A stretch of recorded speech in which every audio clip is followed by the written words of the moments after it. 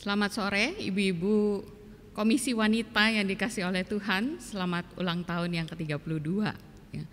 Hari ini kita akan merenungkan firman Tuhan bersama-sama dengan tema melangkah bersama Tuhan. Tapi sebelumnya mari kita masuk di dalam doa. Tuhan Allah kami yang maha baik, kami hari ini datang kepadamu mau bersyukur dan bersukacita karena pemeliharaan, penyertaan Tuhan di dalam kehidupan kami dan secara khusus ketika kami merayakan hari ulang tahun Komisi Wanita yang ke-32. Kami percaya ya Tuhan ada banyak jejak-jejak kasih penyertaan Tuhan di dalam Komisi Wanita yang telah Engkau nyatakan di GKY Cimone ini.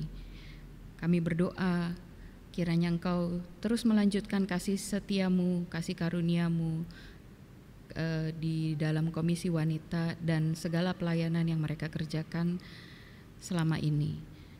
Dan sebentar kami akan merenungkan firman Tuhan, kiranya Engkau Allah Roh Kudus boleh menolong kami, mencelikan mata rohani kami, untuk kami boleh memahami apa yang Tuhan kehendaki untuk kami lakukan di dalam kehidupan kami, khususnya di masa-masa yang sulit ini. Kami berdoa menyerahkan pemberitaan firman-Mu. Kami berdoa untuk kesiapan hati kami rindu kami boleh menjadi murid yang taat dan mau melakukan kebenaran-Mu dalam kehidupan kami. Terima kasih ya Tuhan, inilah doa kami, hanya di dalam nama Tuhan Yesus kami berdoa. Amin. Ibu-ibu, tema kita hari ini adalah melangkah bersama dengan Tuhan ya. Sebelumnya saya ingin mengisahkan satu kisah. Pada suatu malam yang gelap ada seorang kapten kapal ya, dia melihat cahaya yang redup sekali di kejauhan di tengah malam, di tengah lautan gitu ya. Lalu kemudian dengan segera dia memberitahukan kepada salah satu anak buahnya untuk mengirimkan sinyal pesan kepada apapun atau siapapun dari cahaya itu ya. Lalu dia minta anak buahnya kirimkan pesan, ubahlah posisimu 10 derajat ke selatan katanya.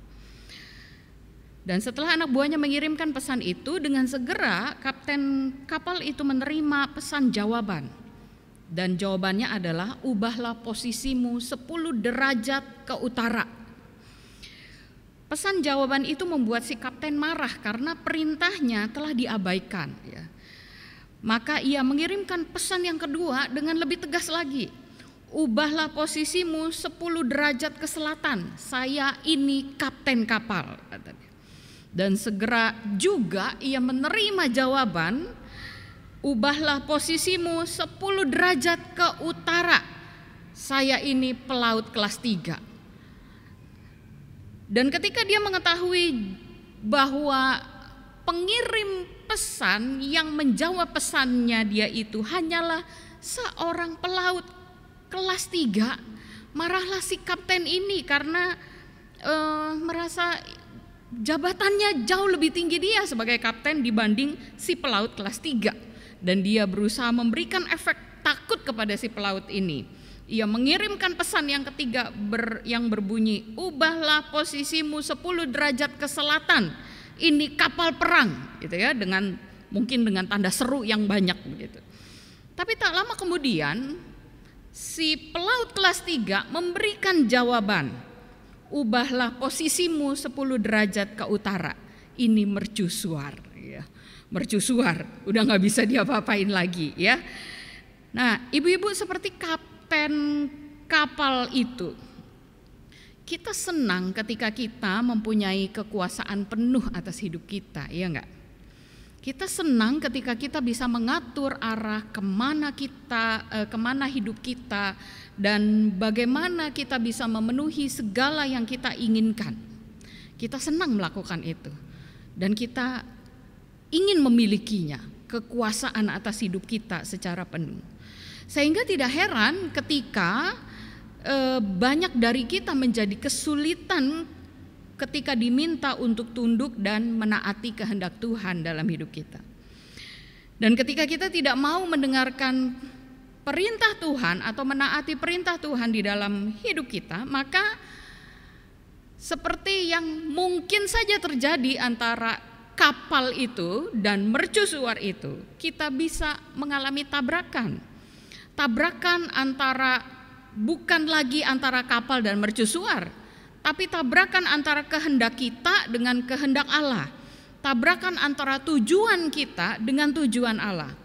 Padahal yang Allah inginkan dari hidup kita adalah kita hidup seturut dengan kehendaknya dan melangkah harmoni, berjalan bersama dengan Dia. Nah, berbicara tentang melangkah bersama dengan Tuhan, di dalam Alkitab ada satu kisah yang menarik ketika membicarakan tentang tema ini. Mari kita membaca Kitab Kejadian pasal yang ke-5 ayat yang ke-22 sampai dengan ayat yang ke-24. Hanya 3 ayat saja. Kejadian pasal yang ke-5 ayat 22 sampai dengan ayat yang ke-24. Kejadian 5 ayat 22 sampai dengan ayat ke-24 saya akan bacakan bagi kita semua.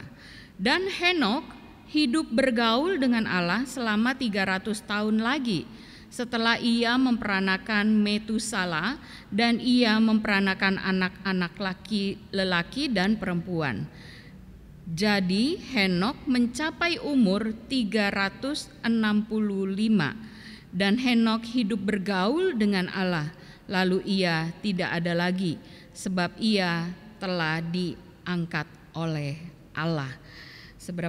Sedemikian jauh pembacaan firman Tuhan kita pada saat ini, ya. Ibu-ibu, kalau kita perhatikan ada frasa yang diulang dari 3 ayat ini, yaitu apa? Henok hidup bergaul dengan Allah, ya. Henok hidup bergaul dengan Allah di ayat 22 dan ayat yang ke-24. Nah, di dalam bahasa Inggris menariknya dituliskan Enoch walk with God, ya. Henok berjalan bersama dengan Allah, ya. Melangkah bersama dengan Allah. Secara harafiah, kalau dari bagian firman Tuhan ini, secara harafiah hidup bergaul dengan Allah artinya berjalan senantiasa, tidak berhenti, tiada henti, ya, berjalan senantiasa bersama dengan Allah. Dan di dalam versi Septuaginta, frase ini diterjemahkan please God, ya, hidup yang berkenan kepada Allah atau hidup yang menyenangkan hati Allah, ya. Hidup bergaul dengan Allah, melangkah bersama Tuhan berarti hidup bergaul dengan Tuhan, berjalan senantiasa, tidak berhenti bersama dengan Tuhan. Nah, gimana kita bisa hidup bergaul dengan Tuhan atau melangkah berjalan bersama dengan Tuhan senantiasa? Hal yang pertama yang menurut saya yang paling penting adalah ketika kita mau melangkah bersama dengan Tuhan, kita perlu bersehati dengannya. Di dalam Amos pasal yang ketiga, ayat yang ketiga, dikatakan firman Tuhan begini, berjalankah 2 orang bersama-sama jika mereka belum berjanji, ya? Shall two walk together except they have agreed. Dalam versi bahasa Mandarin, ini bocoran yang saya terima, ya.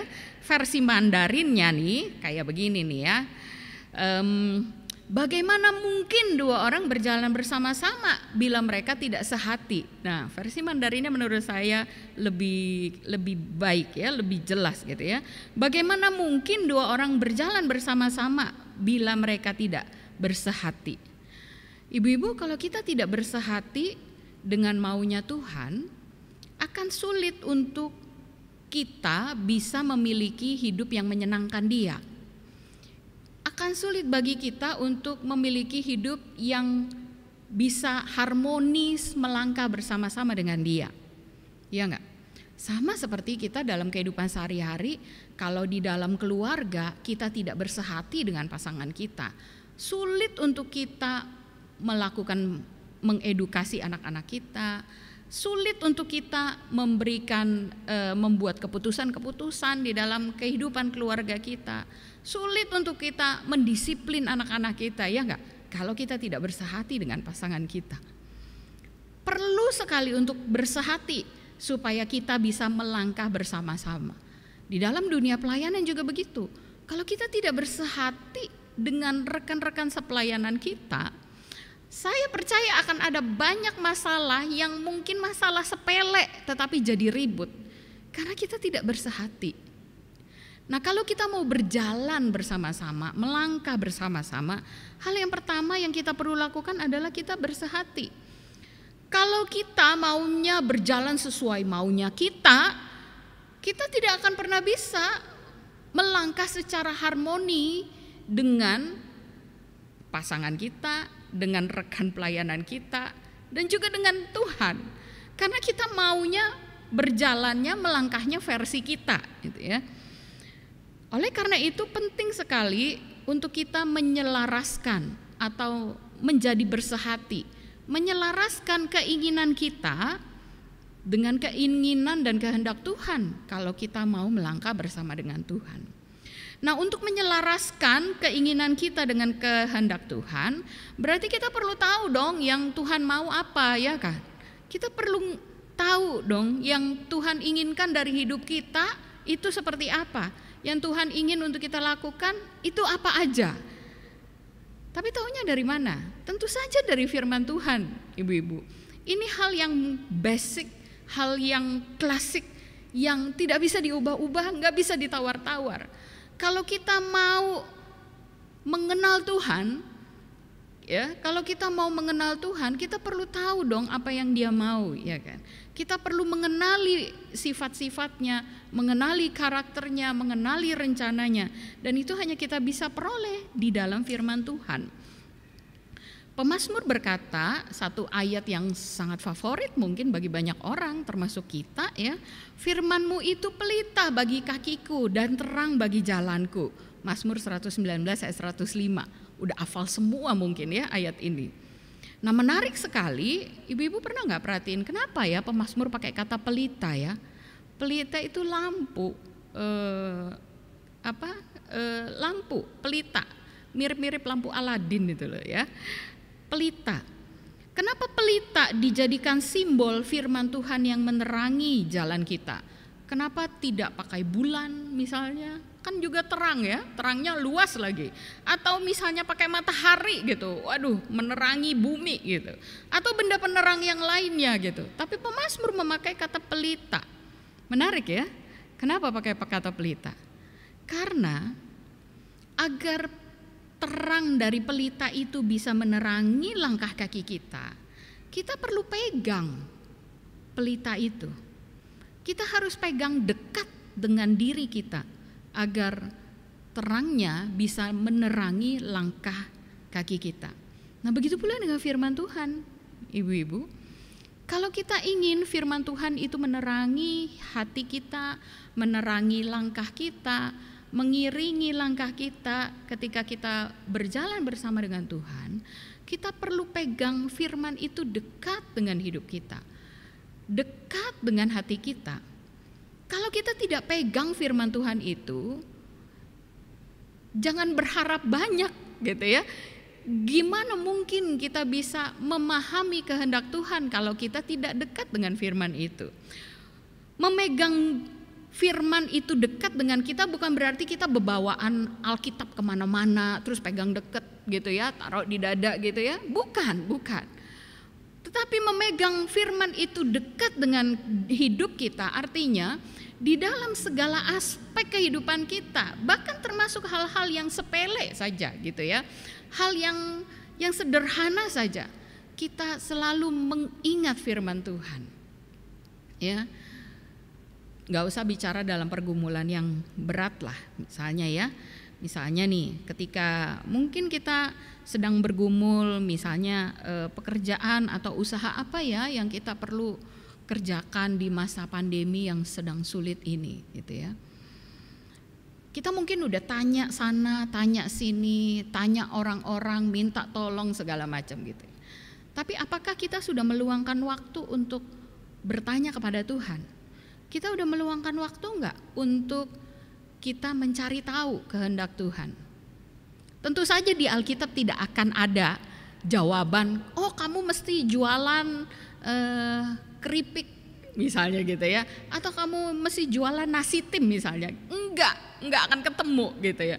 Tetapi ketika kita dekat dengan firman, ketika kita merenungkan firman itu, dan ketika kita hidup mengimani firman, janji firman Tuhan dalam hidup kita, akan ada masa-masa di mana Tuhan akan mengarahkan pikiran kita, akan mengingatkan kita, dan akan mencondongkan hati kita pada apa yang sesuai dengan kebenaran firman-Nya.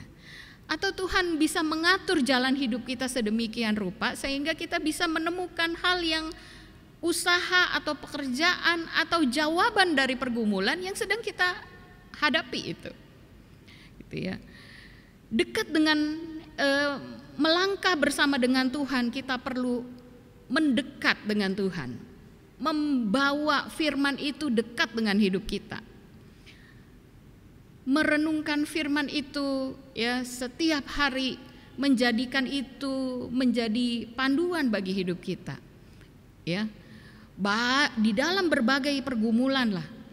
Dalam pergumulan sakit penyakit, dalam pergumulan soal kebutuhan sehari-hari, dalam pergumulan soal pekerjaan, saya percaya firman Tuhan itu hidup.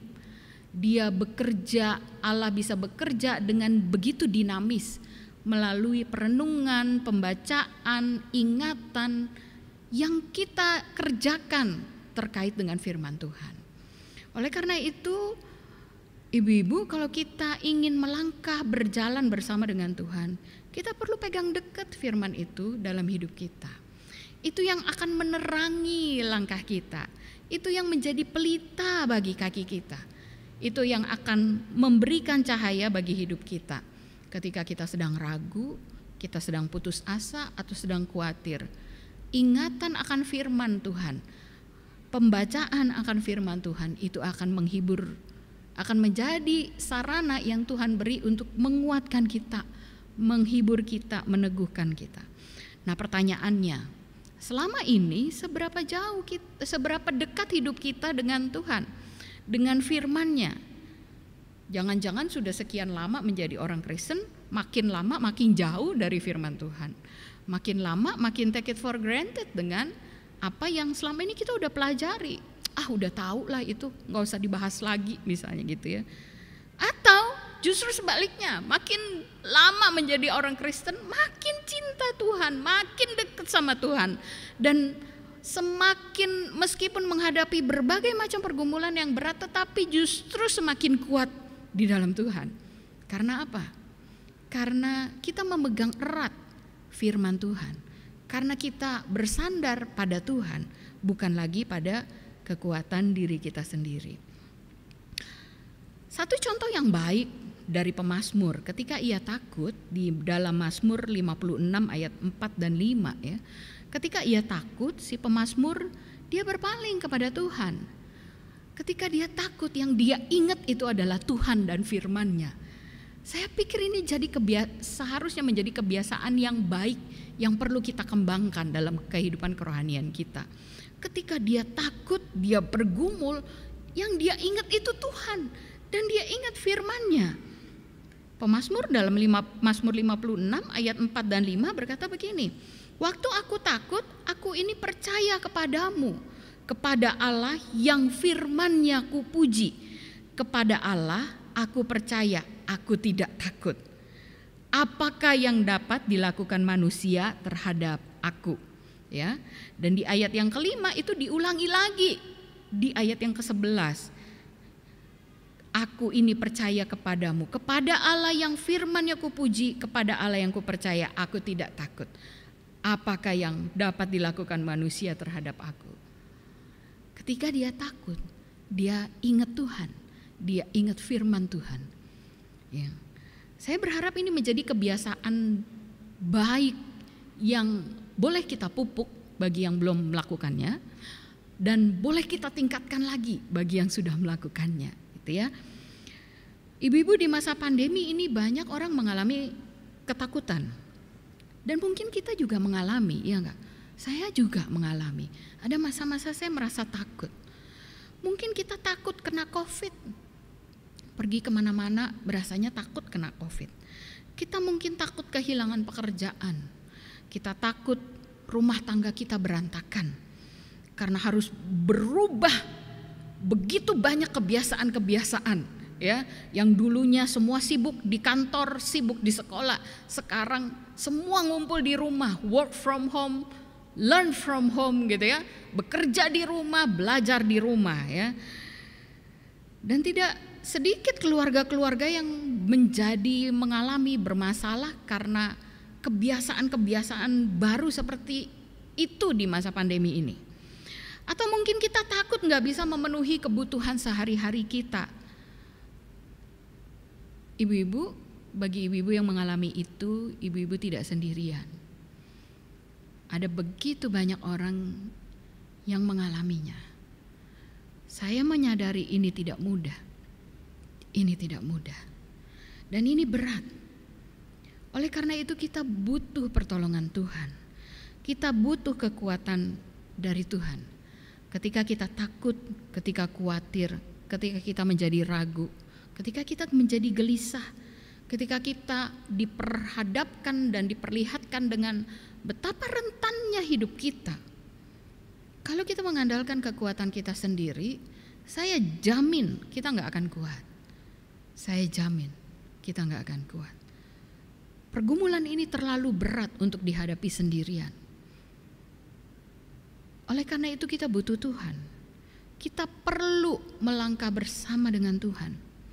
Kita butuh kekuatan dan panduan dari Tuhan. Kita butuh Dia melangkah bersama dengan kita dan kita melangkah bersama dengan Dia. Kita butuh menjadi sehati dengan hatinya, sepikiran dengan kehendaknya. Sebab di dunia ini tidak ada kekuatan lain yang dapat menguatkan langkah hidup kita selain kekuatan dan kasih Tuhan. Dengan kekuatan Tuhan, kita akan bisa berkata seperti kutipan yang saya kutip ini. Lebih baik aku berjalan bersama Allah di dalam gelap daripada berjalan sendirian di gemerlap terang. Karena aku tahu dengan Dia di sisiku, kegelapan tidak akan bisa menyesatkan jalanku, karena Tuhan menjadi pemanduku. Yang kedua, ibu-ibu, melangkah bersama dengan Tuhan berarti meneladani dan hidup di dalam kasih Tuhan. Mari kita buka Efesus pasal yang kelima, ayat yang pertama dan yang kedua. Efesus pasal yang kelima, ayat yang pertama dan kedua. Sebab itu jadilah penurut-penurut Allah seperti anak-anak yang kekasih, dan hiduplah di dalam kasih sebagaimana Kristus Yesus juga telah mengasihi kamu dan telah menyerahkan dirinya untuk kita sebagai persembahan dan korban yang harum bagi Allah. Terjemahan LAI, terjemahan baru, di situ dituliskan sebab itu jadilah penurut-penurut Allah, ya. Tapi di dalam bahasa Inggris dituliskan imitators of God, ya, imitators, imitate, ya, peniru-peniru Allah. Jadilah peniru-peniru Allah seperti anak-anak yang kekasih dan hiduplah di dalam kasih. Dalam bahasa Inggris dituliskan walk in love, berjalanlah di dalam kasih, ya.